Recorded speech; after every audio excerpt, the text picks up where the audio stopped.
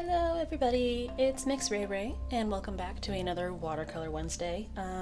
Today I am just going to be doing a full portrait, sort of fan art, of Legend of Zelda Skyward Sword. And if you are wondering how, if you've seen the thumbnail, this particular pose came to be. I was basically having a mini obsession with shoebill birds, the real world equivalent of the Skyloft birds from this game that I have never actually played before, but I love the aesthetics of it. I know the story, I've seen other people play it all the way through. If I have a copy, it's for the Wii U, and the reason I hadn't played it is because I was in the middle of trying to finish Twilight Princess, and I never ended up finishing Twilight Princess, so I never got around to playing Skyward Sword myself. But it's really funny because I feel like I'm different from Zelda fans basically because I don't care if the gameplay is bad. I just care about all the stories connecting and how the developers of this world connect each game. Like, I know there are like some discrepancies between games and the timeline and everything, but I just think it's like super cool. And like, I'll accept whatever canon they give me and like fill in the blanks myself with, you know, erasable marker in case they make new games later in the future. And I'm actually the one thing I'm really proud of, I know they're not good okay, looking back and you see like the progress you can make from like when you were 5 to when you're 20 when it comes to like certain things.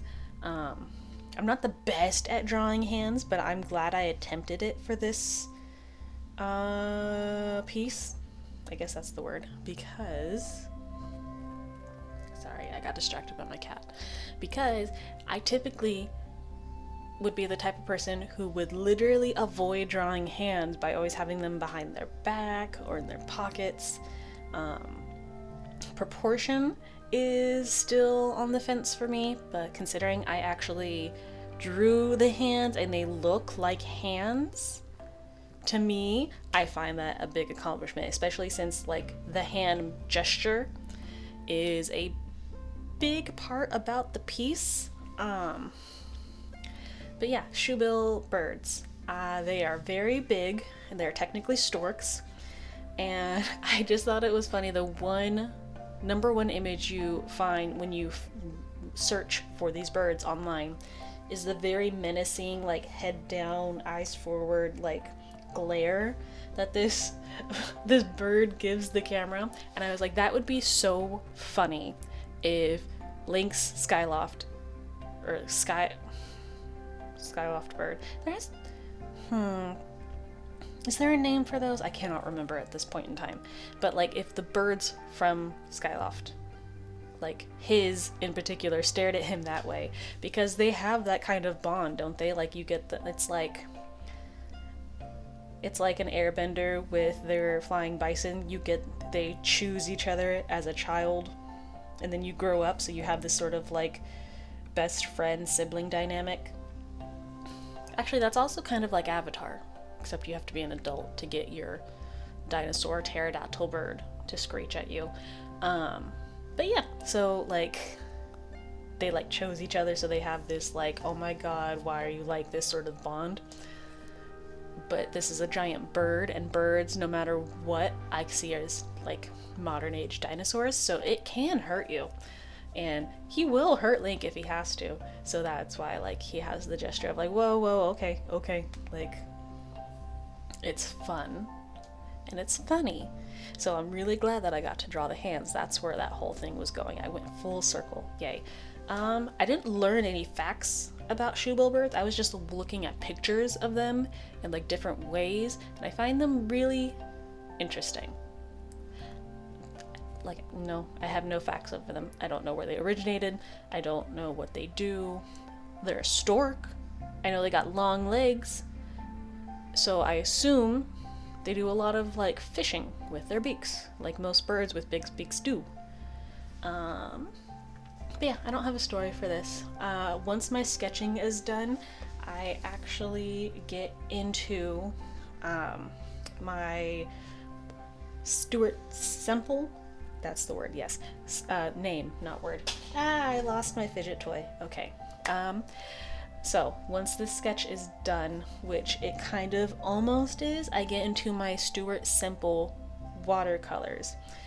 Just because I feel like the brightness of that palette really works with the palette of Skyward Sword.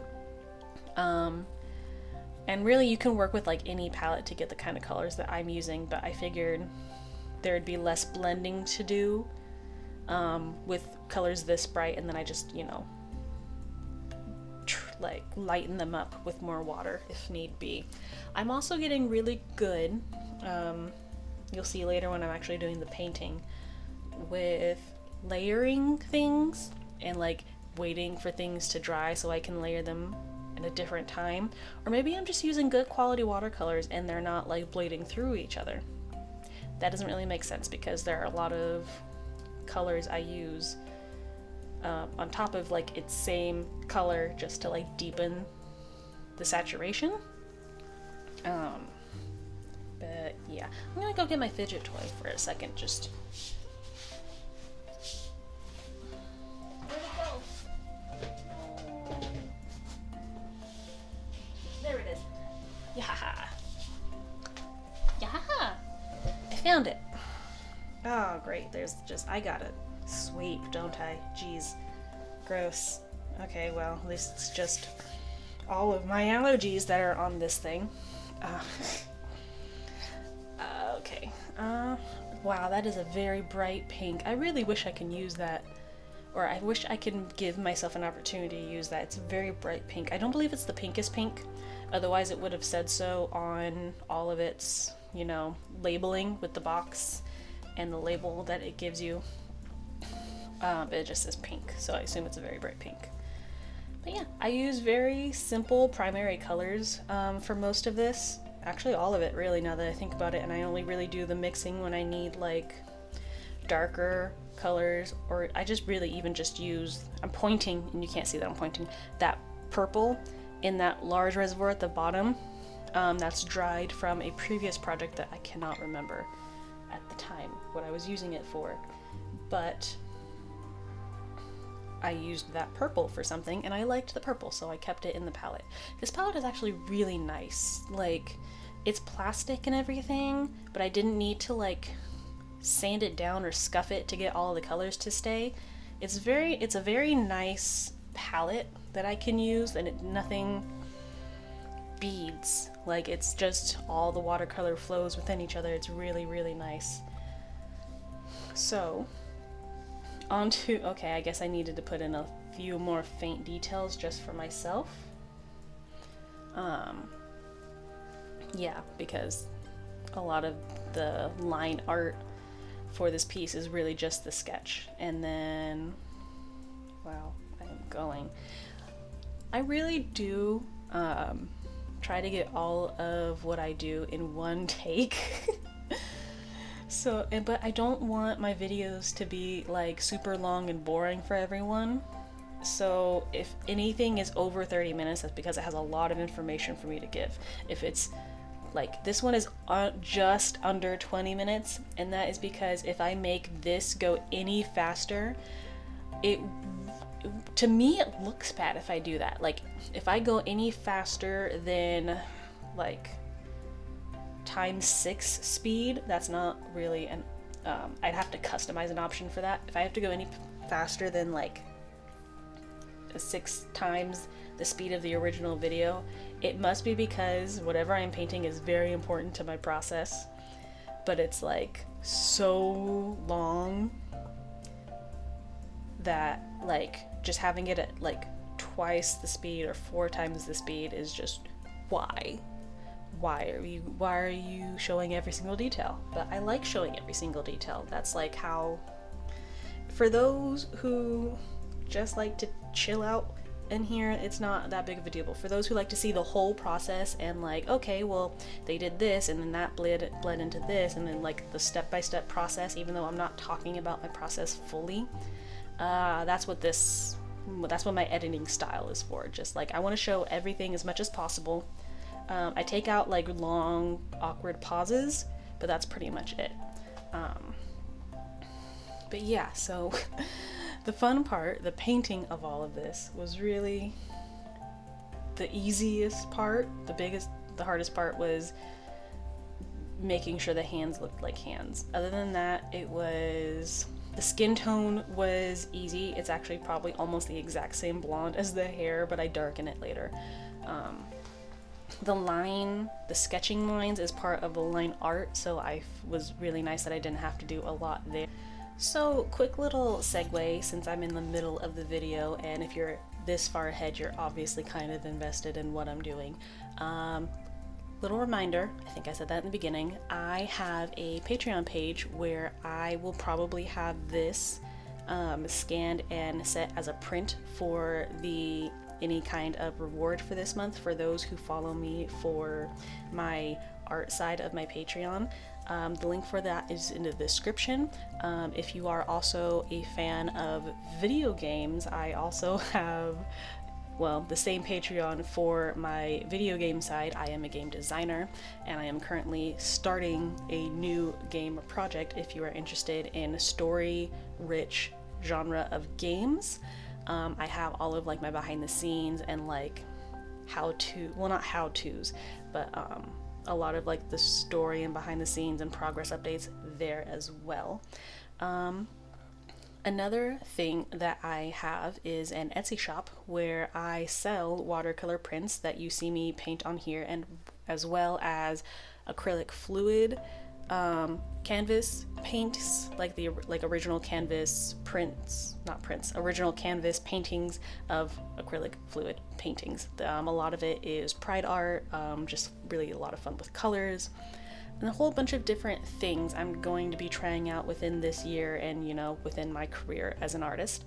The last thing I think I want to promote is my new Redbubble page, where you will find some of those acrylic fluid prints, especially from my first collection, which I call Beginnings, which is most of the pride art.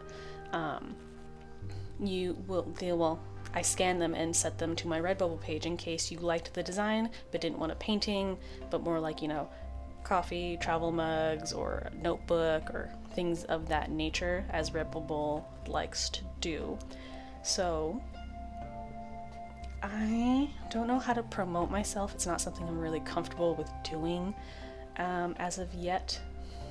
I guess another thing that I could also promote while I'm in a promote myself kind of shtick in this instance is my affiliate links down in the description below. Those for Michaels and Blick. Everything that not everything, obviously the Stuart Simple watercolors I got from Cultural Hustle online. We're the only place you can really get Stuart Simple watercolors, but the watercolor block that I am working on, it is Strathmore 400 series watercolor paper block. I got that at Michaels. The watercolor brushes that I'm using are also Artist Loft, which you can only find at Michaels because they are for beginning watercolor artists, and I got the synthetic natural type of brush. It works really well. It holds a lot of water, more than I actually probably need sometimes, but that's a work of finding the right brush for me specifically, and also just learning how to control my water intake. What else? I think that's all that I can promote myself for. I feel like I have a list. The affiliate links. I'm everywhere.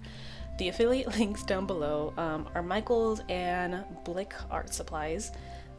If you click those links and buy anything within the 24 hours of being on that specific web page, all I get is a 10% commission. It doesn't cost you guys anything extra. It just helps me out with buying my supplies and everything that this channel is working towards in becoming a self-sustained artist. I really like what I'm doing here with you guys, and it fun. I feel like I'm really actually trying to be a part of a community with, like, it might be online and not like physical all the time, but that's helping. I was never one for like physical camaraderie when I was growing up. That's a story for another day, but like trying to interact with this really lovely well, not everything is lovely, obviously. There's always a few weeds in the garden when it comes to any kind of community, but it's really nice and everyone feels so encouraging, and it's a nice community to be in, and I feel like I can really express some feelings and thoughts that I have with the art and that I make. Obviously this is fan art, so I'm really only saying, hey, I really love Legend of Zelda and this whole series with this particular piece, but you know, that's also something to say. I am actually really proud of all of the shading that I'm doing right now. Actually, can I just like, ooh, and the texture I'm giving it, that's one of like my favorite things to do with that brush, is make like leafy and feathery textures with that like dotting technique that I use. It's so fun, and the color in here is so vibrant. I really do like this watercolor palette so much. I get hung up on the word professional, so if I'm using it in a professional sense, then I can justify using it. This obviously is fan art. I can't be professional with fan art, like technically, especially with Nintendo. They have so many license agreements that if I tried to sell this, oof, I don't want to go into any of that. I'd have to just like completely get off the internet and start entirely new. What is the word for internet? Like cyber identity? I'd have to start entirely new cyber identity with this, if I were gonna fight Nintendo for their royalties and properties and everything, but I won't, so I'm not going to be selling this. But if you would like to have it as a print, like the tiers for the prints start at like $5. There's also a tip jar if you want to just stay updated with anything that I do. It's $1. You don't have to do anything. There's like several tiers that you can choose from. It's really a good menagerie for whatever you're comfortable with. I am almost done with this piece, so I really feel like I need to stop talking now and just let you experience the, like, you know, the finished product with yourself. So thank you so much for staying to the very end. I really do appreciate it. Anything helps, and I will see you guys next time. Have a wonderful life.